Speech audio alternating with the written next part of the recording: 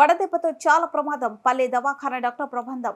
వడదెబ్బతో చాలా ప్రమాదమని ప్రబంధ అన్నారు. ఆమె ఆదివారం సింగరేణి మండలం గాంధీనగర్ పల్లె దవాఖానలో మాట్లాడుతూ వడదెబ్బ తగిలినప్పుడు మనిషి బాడీ మొత్తం చెమటతో కలిసిపోయి డిహైడ్రేషన్ కి లోనయ్యి స్పృహ తప్పి పడిపోవడం జరుగుతుంది అని వెంటనే చల్లటి ప్రదేశాలకు తీసుకొచ్చి గాలి తగిలేలా చూసి దగ్గరలోని ప్రాథమిక ఆరోగ్య కేంద్రాలకు తీసుకెళ్లాలని ఆమె సూచించారు.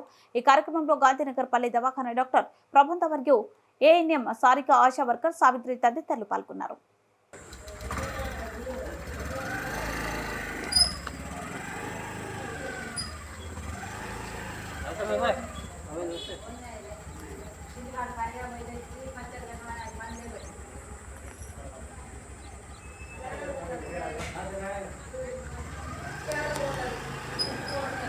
వచ్చిందంటే మనకి ఫస్ట్ గుర్తొచ్చిన మాట వడదెబ్బ. సో వడదెబ్బలో చాలా రకాలు ఉంటాయన్నమాట.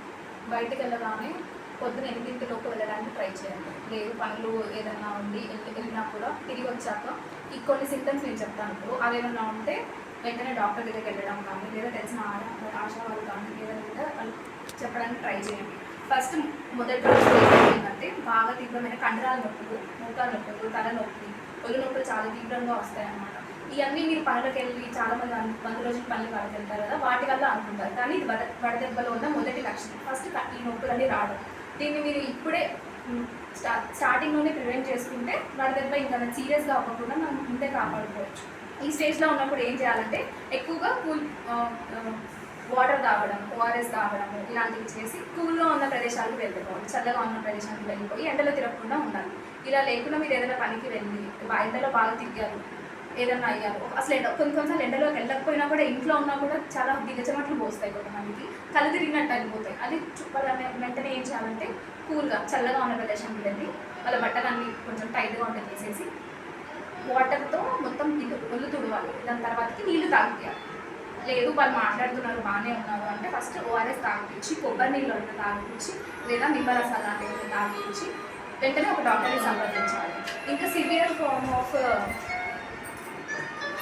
వడదెబ్బ ఏంటంటే మనిషి కుప్పకూలిపోతాడు. ఒళ్ళు ముట్టుకుంటే వేడిగా అయిపోతుంది. చెమటలు అనేవి రావు. చెమటలు రావట్లేదు కదా అనుకుంటాము, కానీ ఇది తీవ్రమైన స్థాయి అన్నమాట. ఇలాంటిది వస్తే చాలా ప్రమాదం. సో ముందుగా వెంటనే డాక్టర్ దగ్గరికి తీసుకొని పోవాలి. మనం చేయాల్సిన చల్ల ప్రదేశానికి తీసుకెళ్ళడం, నీళ్లు తాగునేవన్నీ చేసి ఫస్ట్ వెంటనే డాక్టర్ దగ్గరికి తీసుకొని పోవాలి.